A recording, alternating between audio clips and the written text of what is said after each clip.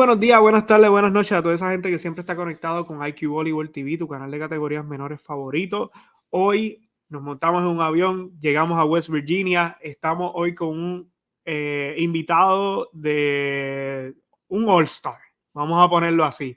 Estamos con Diego Villafañe. Ustedes van a conocer su historia, van a conocer de dónde viene Diego, van a conocer un poquito del background y cómo es que ha abierto paso dentro de, ¿verdad?, el deporte del voleibol en la NCAA, pero sobre todo ustedes van a conocer lo que es ser puertorriqueño más allá de las fronteras de la isla, ¿verdad? Ya que Diego nació y se crió en la Florida de padres puertorriqueños, así que esta entrevista va a ser en inglés full, pero Dieguito nos va a tirar ahorita un par de palabras en español que yo sé que él las estuvo practicando en la semana para meterle a esta entrevista bien chévere. Así que vamos a recibir a Diego Villafañe con un fuerte aplauso.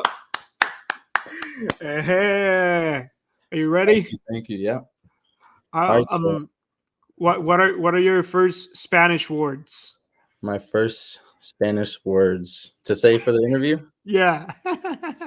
Hey, Dios. Vámonos. Let's go. All right. Well, Diego, first, thank you for giving us the chance to interview you. Thank you. IQ Volleyball TV it's trying to be the platform for Latin American players in the NCAA for us to, like help you guys to keep on publishing all your results, your achievements that you're getting in the NCAA, and we're trying to keep up with posting everything that Latin American players, especially Puerto Ricans, are doing in the Division One, Division Two. Just hoping for us to help you in order for you to transfer that knowledge and everything that you're accomplishing in the NCAA into the pro, into your professional career. So giving you the exposure for young guys to follow you, to kind of know what you went through, what's your history, where do you come from, what things you have to do in order to get to that place where you're currently. I think that's a very special thing that we are trying to do with this series that is called Young Stars. So for us to have you here in Young Stars, we want to know what's your connection with Puerto Rico? Where did that come from? And tell me a little bit about your story. So first off, I want to say thank you for having me. I think this platform, IQ Volleyball, is a great way to get especially Puerto Ricans, like you said, on the map. I think we can do a lot of great things, and I know a lot of us go unrecognized. I know a few of my friends back in Florida who are amazing volleyball players, but they might not get the opportunity to shine like some others. But again, this is awesome, and I'm really happy to be here. My connection to Puerto Rico, my mom's from Ponce and my dad's from San Juan. He played professional volleyball for Caguas, Guaynabo Mets, and Isla Verde. And my mom didn't play any sports, but she's still the best mom ever. Oh, she's from Ponce. If you're Ponceño, I mean, Lo más de parte, right? That's what they say. they say that. I don't know. I'm from Carolina, so I don't I don't know if I think the same way, but they usually say that's the big rest is saying. parking. That's the big saying, yeah. But other than that, I started playing volleyball in high school when I was a freshman. And when I started playing volleyball, the funny thing was that I didn't want my dad near me, at least coaching me, because I knew the intensity he had versus maybe other coaches I would get. I probably wouldn't have been okay with playing volleyball later on. But he still critiques me after every game and shows me love, and he's my biggest supporter. So I can't say no, and I just got to keep moving forward. That usually happens with Puerto Rican coaches. I don't know what's inside of us. I noticed. Super fiery. Yep. energetic. I love it though. It's passion, and that's what you need in this game. Sure, sure. So you started volleyball in high school. That's kind of late for what's usual. Um, what brought you to volleyball? My sister played volleyball throughout her whole upbringing, middle school, high school. And funny thing is, my dad actually coached her all those years through club. And so I was really in those practices growing up all the time. So I already knew what he was like as a coach, and I already was playing volleyball with So we're the trying to avoid that. with yeah, trying to avoid, but I was also loving volleyball at the same time. And I also played basketball first, so that was my first passion. But I quickly fell in love with volleyball after freshman year. It was awesome. Nice. And you also play club volleyball, right? Yeah, I played club volleyball. My first year was for Mojo, and then my Okay. second and third year were for OBV, and Hmm. my last 2 years were with MVP Academy, and Nice. all of them were based out of Florida. Sure. Um, what when you were growing up, seeing your sister, and and like kind of Mm. thinking about uh playing or not playing volleyball, what made you decide for volleyball instead of basketball that you were already playing? What was that, that something that made you decide for volleyball? To be honest, it was one of my freshman year coaches because I was playing basketball freshman year as well. But after I tried out for volleyball, one of my coaches, who was an also very good volleyball player, Matt Berryhill, shout out. But he told me that he saw something in me and that I could go a long way if I really take this thing to heart. And he saw like how good my hands were at a young age and the decisions I was making, the type of aggression I played with, especially at a young age. I was For really people who don't know, uh, like volleyball mm, terminology, we usually compliment each other's hands. yeah, But that's important. super important, especially as a setter. Yeah, One of the yeah. best compliments you can get. You have good hands. Yeah, sometimes it's creepy, but Yeah, sometimes yeah. good. I like your hands. Yeah. So, do you started playing volleyball as a setter, or do you started in another position? No, I always been a setter. I think my first year in Mojo, the coach chose me to be a setter after a couple of drills just because he saw how soft my hands were. And he was just like, yeah, you're going to set. And then from that practice on, I guess I just chose myself to be a setter. Nice. We should get an advertisement. I don't know, someone who sells like cream for hands or something. That could be it could be a good sponsor for us. All right, so you started as a setter. So what was your biggest challenge growing up and choosing to be a setter? Also, starting in the sport a little bit late. What was your biggest challenge to become a prospect in order to get into the next level as a setter? Um, at first, I was all in my head about how shorter I was than the other setters and how maybe I wasn't as big or I don't have like I'm not left hand dominant. So, Mhm. those things get in my mind when I was younger, but thank God I have a good support system and coaches that told me none of that matters and everything else that you put the work into matters. So serving, defense, ball control, setting, making good decisions, that's more important than your size and strength and speed, in my opinion. And I think volleyball is a game of errors, but it's also a game of knowing technique and knowing certain what's the word I'm looking for? certain key tells that other players are giving you or Mhm. what the other teams are doing. So I think it's really important to know the game inside out rather than, just hitting a ball around. Just making reference to our name. If you have a good IQ as a setter, um, I mean that's something that really stands out Yeah, over height, or if you're big or something. Having a good IQ, you will rather have a better IQ setter in- instead of a big setter in for court. sure. In my opinion, yeah. So we usually like to like kind of do tricky questions. My Mhm. question, first question, one of those. Uh, we're gonna get into other ones later, but the first one: did you ever played against Puerto Rican teams Uh, while you were in club?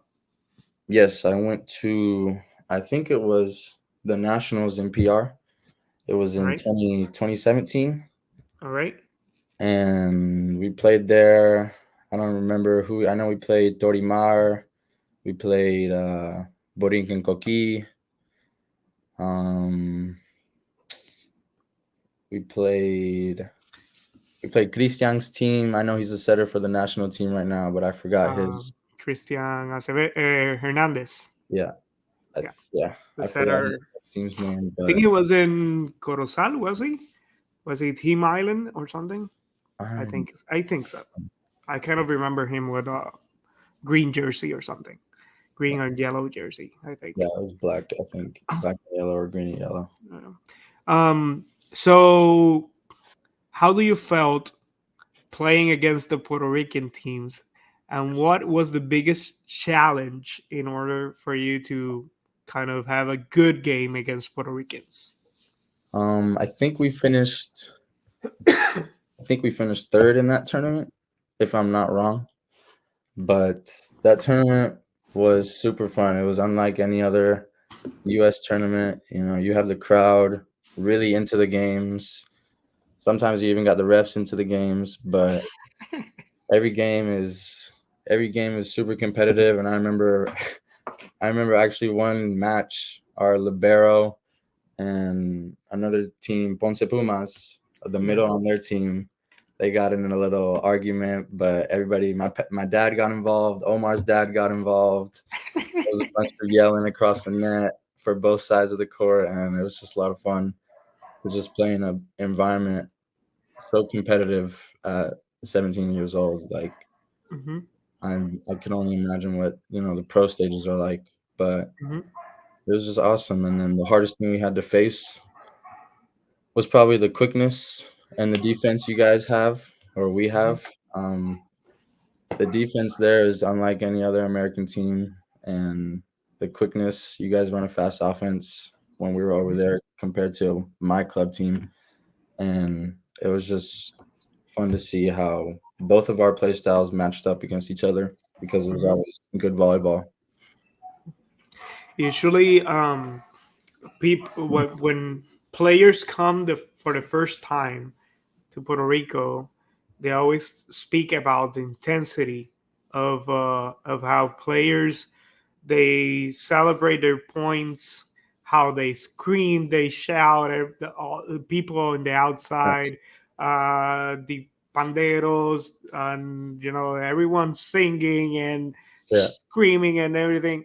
Do you kind Were you used to that, or like regarding to obviously you were from a Puerto Rican family, but coming into the volleyball court is different, right? Yeah. So were you expecting that, or that took you by surprise? I was expecting it. You know, being raised by two Puerto Ricans and watching volleyball with them, it's already a hectic household in general. And we get into the games even if we're just watching a game. Hmm. So I was expecting it, and I knew it was going to be fun, and I knew our team was expecting it as well because we're fired up pretty much for every game, and it was going to be a lot of fun. It was a lot of fun. Nice, nice. Um, Were you thinking in during that time when you were playing against Puerto Rican teams? Did you ever thought about, I see myself playing in that environment? Like, do I see myself playing for a Puerto Rican team or feeling like I can feel part of it? Do you ever thought about that when you were playing against the Puerto Rican teams? For sure. Especially, well, I'll compare it to my adult nationals team because they were all Puerto Rican Hmm. or all Hispanic in some way. Hmm. And man, this team, I love this team, dude. It was my favorite team probably to ever be a part of because Shout out to Joe Dale. He's one of mine. yeah, and everything was about having a good time, and there was no stress on anything. It was all just laid back. We're all gonna do what we're gonna do best, and we're gonna have fun and watch each other do it. And when I was over there playing club at a young age, I felt that energy still through the other side of the net, and I did see myself playing for Puerto Rico. Hmm. Hopefully that can still happen. It's still kind of working out. I don't really Sure. know, can't say much because I don't know Hmm. what's going on, Yeah. but it's all with it's all with time, and I still got to work hard to be able to earn a spot like that, and Mhm. I'm willing to do it, and I'm ready to do it. So Nice. it's just a matter of time. Let's speak a little bit about your transition from high school and club. What do you have to work on in order for your transition from high school and club volleyball into getting into an NCAA program? What was that uh, skill that you had to work the most in order for you to have a chance to play in the NCAA? When it comes to a certain skill, I think all of them, I have to up my level up by 10 when I get to college, especially Did your that. dad help you?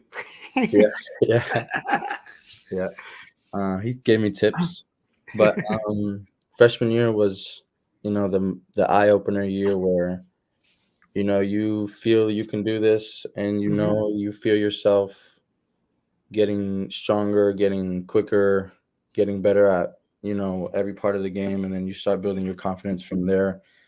And then I think in in addition to um, being good at every skill, I think it's important to have a good team dynamic because in high school, I've grown up with most of those guys through elementary, middle school. We saw each other a lot, even in rec league sports or club sports. Hmm. So I was able to see them a lot. And when I got to college, I think over 75% of our team was international, if not 50. And it was just everyone had their own mindset. Everyone had a different look about volleyball technique. So trying to get everybody on the same page was Hmm. a big thing, and trying to get everybody bought in was a big thing. So I think that's really important to have everybody cohesively working towards one goal instead of, fighting back and forth for a spot instead of just, doing your role on the team. But I think those are the most important things when I transitioned to college. Nice. How was your recruitment process? I know that's a stressful time for Hmm. all of you whenever you're trying to get recruited, and especially when trying to make a choice. Hmm. You know you're making a choice that is gonna affect you for the next 4 years, 5 years. So Yeah. you want to make a good choice. How was your recruitment process? When did you start it? And how did it went in order for you to finally decide for the University of Charleston?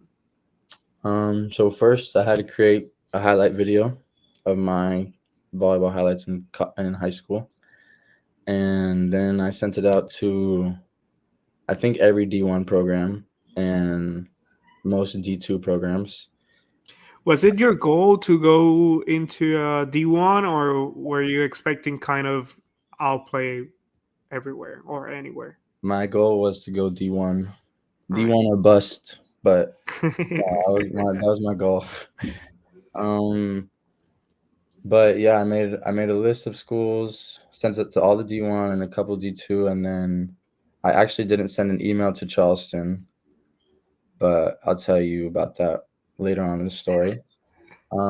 As I was sending emails, I got a few response back from, I don't know, 5 to 10 schools, and I was talking to my parents about these schools, and we decided to make a trip to at least 2 or 3 of them. We made a little road trip out of it, and I ended up getting an email, or my last email before the road trip.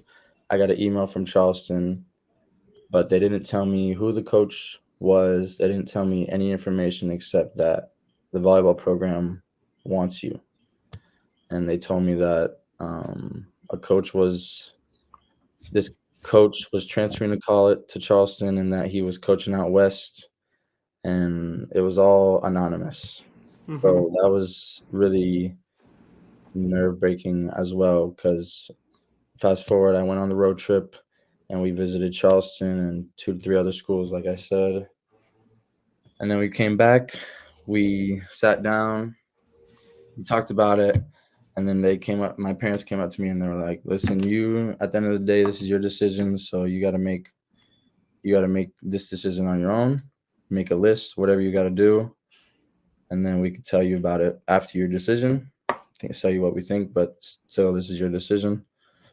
So I ended up making a pros and cons list for every school that I visited, and turns out Charleston had the most pros over cons. I really liked their campus. I really liked everybody who interacted with me on campus. I like the teammates that I had, and I still have. But during my visit, it was it was good. And then yeah, um, Well, what was your biggest disappointment of the recruiting process? biggest disappointment is probably how late I was responded to. I feel like I got into the recruit, or I ended up the recruiting process really late. It was a month before school was starting. It was, a lot of late decisions happening. So that was the most nerve wracking thing, because it was just coming up so quick that I had to make a decision. Hmm. And like, I'm gonna be making this decision, and then 2 weeks later, I'm already at the school Hmm. getting my new life started. You Hmm. know, What do you think was your biggest achievement during that time? of recruiting. Yep. I would say being able to find out who the coach was, because the athletic director here gave me a couple tips, or like things I should look out for when I'm reading coaches' bios. Hmm. And one thing was that he was from Florida. He was a setter as well, and a couple other accolades. But I remembered them all, and I went searching, and I ended up finding him. He was the assistant coach for GCU, Mike Iandolo. Shout out to him as well. He gave me an opportunity to come to Charleston, which I can't be more grateful for. And yeah, now he's coaching at Ball State. Ball State. Yeah. We recently had your teammate Ian Vasquez Hmm. here in an interview, and he also spoke about your coaching staff and how big it was for him to kind of develop into the player that he is today. Um, what do you think was the your biggest um, in that area, like in your development? What was what do you gain the most about being in Charleston? Um, what do I gain the most? I think what I've gained the most is my IQ. Again, I think both of these coaches have put a big highlight on having volleyball IQ and knowing the game within the game. You know, that's a big quote my current coach says right now. Um, and I think something that I'm gonna have to keep going, keep learning, keep progressing. Uh, hopefully, if I get a contract at the end of the year, um, but again, just keep growing and growing. The IQ, that's the main thing. Nice. Um, you were. This is your fourth year. Fourth year. Fifth year. Fifth year. Yeah, I Fifth year. graduated. I graduated last year, and now I'm getting my master's. Nice, nice. Congrats. Thank That's a you. big achievement Mm. too. Uh, actually, you're getting to play while getting your masters. Shout out, coach. So, what do you think? What do you think it's something that you still have to do or prove in the NCAA during this season, during this current season? A lot. We're just getting started. I mean, this is our best program start ever in history as well. We're breaking a lot of program records, and it feels good, but it also would feel better if we're able to go all the way, or Mhm. you know take our baby goals to reach our main goals and just keep working. Um, but yeah, I don't know. I think this year is going to be a good year. All the teams are looking good. I think we just got to keep getting better every day. Nice. What's or let's reframe. Who's your rival? Oh, As I know that all colleges or universities have one rival. Who's Charleston rival? What's the rivalry? it's a hard choice because um, we have some players who love to get rowdy with the other team, so every team is pretty fired up against us. But I think the most fired up teams we've played so far have either been George Mason has got to be number one on the list, and NGIT. Nice. So those two teams, I mean, NGIT is having a good season too. Yeah. Because they even though they had some losses, it was against top ranked Mhm. teams. They recently came from Long Beach, so they're playing top ranked teams.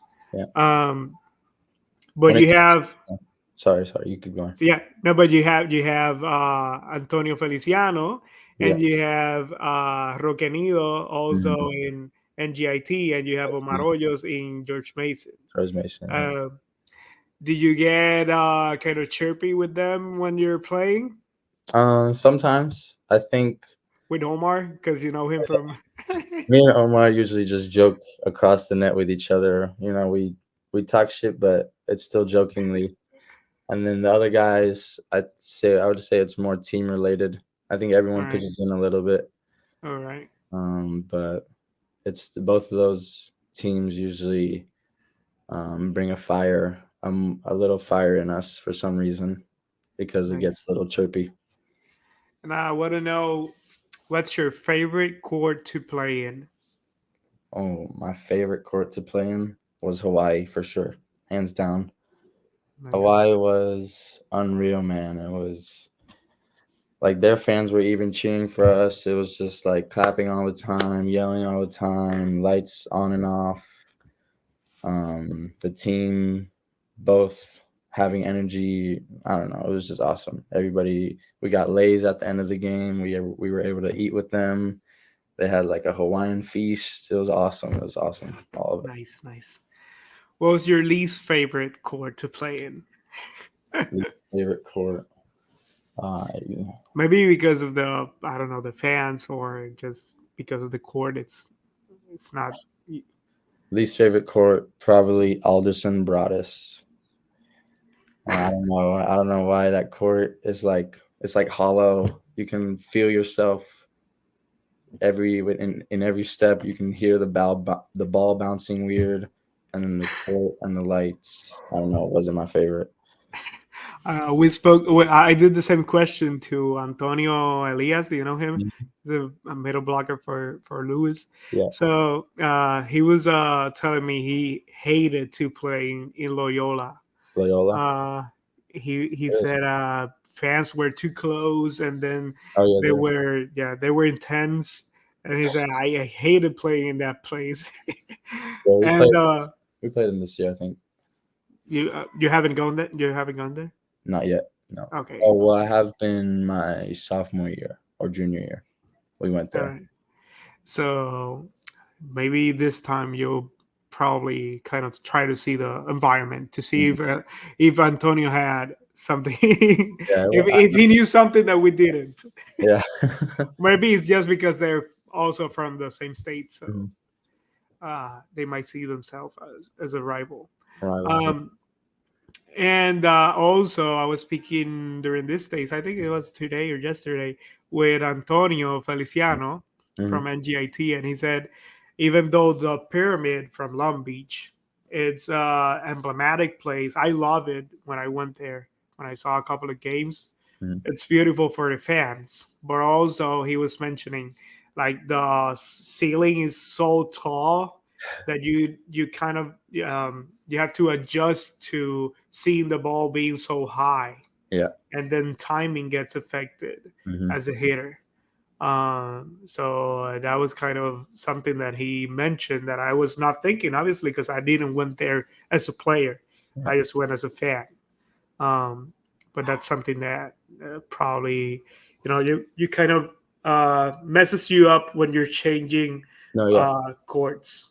Yeah, I remember in Hawaii it was a huge stadium, so Hmm. we in our servant pass, he made it a big deal to, adjust to the ball and get used to the lights, get used to the ceiling, get used to our environment so we could be able to make that adjustment. But yeah, it is different to be playing with such a high ceiling. I could agree with him. Speaking about high ceilings, we want to know what are your goals after you graduate. What are you aiming at? Are you looking to go pro? Do you want to do something else? Do you want to just keep on working? What's your plan? My plan is to hopefully go pro. Yeah. Um, that's been my main goal while I've been here, and I'm fighting for that goal every day. But I also love photography, so I hope to play volleyball and shoot photography on the side. Nice. I also do um, video editing sometimes or photo editing. Not really video editing, but I love to do those two things as a hobby. So I would hope in the future or later on, I would, start to build my brand up a little bit towards photography and have a Nice. little bit of income coming from that. Sure. And then I don't know if I could find a remote job as well, that would be pretty awesome. Nice. But first and foremost, I really want to play pro volleyball.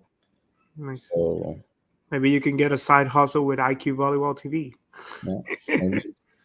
It could be, right? Yeah. Um, so I want to know when you were uh, during this year, you mentioned that you had one of the best starts of the program history, Yeah. which, if I'm not mistaken, has only been a program like a volleyball program for the last maybe 6, 7 years or something. I think It's not that old. 7 or 8. Yeah. Um, so you were recognized by I think was it Nosy Blockheads or another Yeah. couple of platforms that cover NCAA as a setter of the week or something during the first 1 or 2 weeks. Um, how do you felt about that? And was it something that you were really expecting or not? Um, I think internally and personally, I always want to strive to be the best. So it's not that I expected it, but I worked I always work myself to be the best. So if I get it, then I get it, and if I don't, then I don't. But I mean, it felt good. It's just a weekly accolade. It means a lot, but I know there's still, there's more work to be done than to just receive a weekly accolade. I have a bigger goal in mind with my team and my coach, and that's to just win as many games as possible to go as far as possible. And I think that's the number one thing on my mind. So if I work towards that all the time, I don't know, I can expect things like these weekly accolades to happen. But yeah. Do you feel that you guys have a chance to win the conference this year? For sure. I would say so, yeah. Um, every year's a battle, but I think we have a good feeling in the gym this year. We have good coaching staff. We have a good athletic training staff. Everything feels good, but again, it all comes down to the work we put in. So every day is a battle. Um, so before we kind of wrap up and everything, I need to kind of do the spice up things Hmm. uh, with the questions. All right, So we're gonna do a section of this or that, this or that. right? So you're gonna choose which one do you prefer, right? All So we're gonna start with an easy one. With an easy one. right. Fácil, Uh, fácil. Fácil. La playa o la piscina? La Beach playa, or pool? la playa. La playa. All right. Do you prefer mofongo or arroz con habichuelas? Mofongo, because I haven't This had it in is so long. There's no doubt about that. Mhm. Mofongo it is. All Yeah. right. Do you prefer bacalaitos or alcapurrias? Uh, Alcapurrias. Alcapurrias. All right. Do you prefer Ponce or San Juan? Uh, Florida. I don't want to get in between that You don't battle. want to get in trouble. You don't want to get in trouble, huh? I'm gonna get in All right. trouble. All right. All right. Um, if you had the chance to play in Puerto Rico for the superior for the pro league, um, which municipality would you rather represent? Would you rather go and represent uh, the south, like Ponce, or would you prefer the mountain, like Naranjito, which has a big history of volleyball and Corozal? Or would you rather go and see and represent the metropolitan area like Guaynabo or Carolina or something? What would you prefer? I'm not too sure. I haven't really thought about this, but hmm. Um, I I would. think that like the South I kind think. of it's from your roots, but also you have the historic part in being in Naranjito or Corozal, which are volleyball towns, and in the metropolitan area you have like kind of the more well, your dad played there, so Yeah. you kind of have that also. So this is kind of a switching the previous question into something else. Mhm. Let's see what you answer. I think I'd choose probably where my dad played. All right. Um, either that or I don't know why for some reason I wouldn't choose Corozal. All right. It'd be one of the other two, just because I'd want to like help make them more historic in volleyball, I guess, All right. All right. or as So historic. you would rather play in the, let's say, underdog instead of playing in the ones who are already recognized. Yeah. All right. Is playing in the professional league in your plans, or is it a possibility for you In Puerto in Rico, the Puerto Rico? Yeah. it's for sure a possibility. Anywhere I end up with a good opportunity and a good environment, I'm willing to take it 100% and run with it and do my Nice. best. But yeah, for sure, I would love to play there. I would love to play anywhere overseas, not America. Nice. So we were speaking earlier about the, the the national team and what it means to be in the Puerto Rican national team. Mhm. Is that something that you kind of want in the future? Is that something that you're looking forward to try to do as a professional player? Yes, completely, totally, 100%. Yeah. Either or USA or Puerto Rico, because I think I have the year cutoff where I'm able to do it, All right. Yep. or choose, but it Mhm. all have to be done through paperwork and all that. But either Mhm. way, I think that's one of my future goals as well, is to hopefully make an Olympic team or Olympic run and play for the national team, or at least train with the national team. Um, Whenever, I think that would be awesome to accomplish and something I'm really forward to work towards as well. Mhm. When was the last time that you were in Puerto Rico? I think 2 years ago. 2 years ago, I was there for unfortunate reasons, but it was always a fun time to see the family and you know hang out in Puerto Rico. What's your favorite thing about hanging out in Puerto Rico? What's your favorite place to go? My favorite place. I don't know if it's open anymore, but El Hamburger. That used to be my favorite. Ah, El Hamburguito in Yeah, Old San Juan. yeah. That was That's a my good favorite place. place. I don't know why. I just love their burgers. But overall, everywhere there is great. Ponce is always fun. Seeing my grandma's house and her little town. I love Ponce as well. Um, Everywhere, I don't know. Anything there is not bad for me. Ironically, though, when I was younger, I used to hate the heat. So I did not like being there when I was younger, but now I love Until you moved to West Virginia and you it. knew what a winner is. Basically.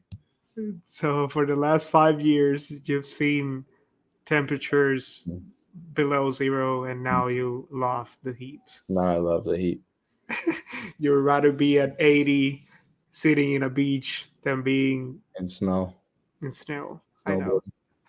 snowboard. um, so, anyways, I want to close out, but first give you a chance to speak out to all the players, all the young players that we have in the platform, and please, if you can, include what a day in your life looked like. How does a normal, usual day in a life of an NCAA player looks like? Because Right. I think that young players need to know what do you guys went, go through every day or most of the days during the week, Is it- and then just speak to them about anything that you feel like. Well, first of all, I think the most important thing for young players to, keep in mind is work ethic. I think if you work harder than the people around you, you'll be recognized. Eventually, you'll be recognized, and you know, just keep working hard, and good things will come your way. When it comes to a day in the life of volleyball or of a college athlete, student athlete, um, every day we practice for 2 hours. Um, Around what time do you wake up, and what do you do usually when you wake up? so since this is my 5th year and I'm a grad student, I have the luxury of only having classes twice a week, Tuesday nights and Wednesday nights, 6 to 9 p.m. both times. And every morning I wake up around 9:30, 10. I go get breakfast at a little cafe we have here on campus. Usually go there every day. And then I usually do some stretching, in the morning after I eat, and then I'll look over, what I have academically. I'll plan out my week academically, usually on Mondays, and then I'll write it all down. And then on Monday, Wednesday, Fridays, we have lift at 2. So I'll do all my stuff in the morning and then wait until lift. And then we practice every day from 6 to 8. So I usually miss Tuesday and Wednesday practices, but sometimes we move those practices around so I can make it, and so some other guys can make it. But we practice 6 to 8, and then I go back, I get a meal. I usually cook or I grab something quick on campus, and then I wake up and basically do it all over again. Nice. On days I don't lift, I usually try to get some type of mobility stretch in, and I usually try and, plan out some meals to cook throughout the week so I know when I'm cooking, when I'm not cooking, Mm-hmm. or, when and where I have to eat, basically. It's really important for me these days. Did your grandma send you the recipe for the arroz con gandules? No, She didn't. not yet. Well, she has to. Mm-hmm.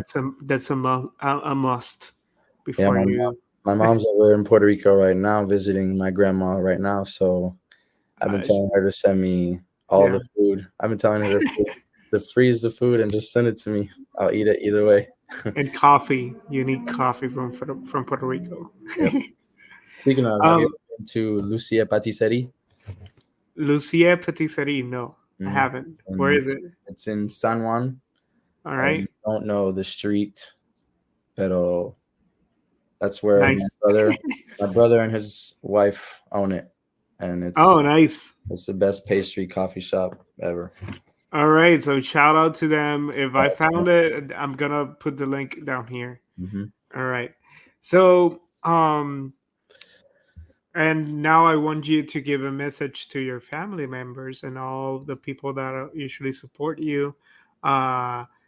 Just giving you a chance to speak to from your heart to speak to them. Yeah.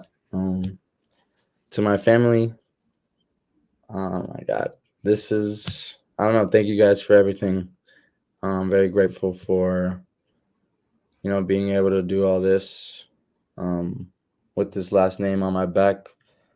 I'm also, I don't know, this is just, you guys do a lot for me, and I can't thank you guys more enough. Mom, Papi, Ariana, everybody, Johan, everybody included. You guys are my rock. I don't know what I would do without you guys. To my teammates, my friends, you guys also mean a lot to me. Family is the more serious kind of interaction, and friends are more playful, funny. But I don't know. I love all my friends equally, and I think they've made me who I am. And my girlfriend Katie, she's also a big influence on my life, and I love her too. So it's all good right now. I love every one of you guys. Nice. That caught you unexpected, right? You were not Yeah. expecting that. All right, that's what I like. But that usually gets people to speak from their heart. So, anyways, gracias Diego, gracias a toda la gente que estuvo aquí conectada con nosotros. Thank you for the people who are, just watching this interview from the States, watching this interview from Florida, from West Virginia, from any state that you're following Diego. Gracias a toda la gente de Puerto Rico que siempre está conectada con nosotros para que conozcan también un poquito de Diego y de su familia, de dónde viene, que está poniendo también la bandera de Puerto Rico bien en alto en la NCAA. Y pues, ahí está, the Puerto Rican flag rapping. Y, ¿verdad? Y qué bueno que tenemos la oportunidad de conocer a Diego, de conocer su historia, de conocer su background. Y pues nada, toda esa gente que todavía no sigue a Diego. Diego, what's your Instagram? My Instagram is at DG Villafañe 11. DG Villafañe 11. We're going to put it this way. This way. Yeah. This that way. All right. So a toda esa gente que está siguiendo esto, for all people who are watching this and want to keep on following with all the young stars, please go to Facebook, Instagram, and YouTube and look out IQ Volleyball TV. You can give us follow there. You'll see club volleyball from Puerto Rico. You will see high school volleyball from Puerto Rico. You will also see the young stars from all Latin America, not only Puerto Rico, but also Dominican Republic, Panama, Mexico, from all over the place. We're going to give them the chance to speak about their history, their where they come from, their background, and what does that mean for them to be representing their country in the collegiate level. So please go to IQ Volleyball TV, subscribe to our channel, go to Instagram and follow us. Also follow Diego in Instagram. And if you don't want to see us, because we might not be as attractive as you like, si no nos quieren ver porque no les parecemos muy atractivos, please go to Spotify and hear us in Spotify as La Neurona del Voleibol, which is to your left side, to that side. Do you see it? Yeah. All right. Yeah. So, La Neurona del Voleibol en Spotify, baja allí, puedes escuchar todos los episodios en Spotify de camino a tu trabajo, right there. Perfect. So, thank you, Diego. Gracias, Diego. Gracias a toda la gente de University of Charleston. Gracias a toda la gente de Ponce, de San Juan, de la Florida que se conectaron, de West Virginia. Gracias. Y su AB.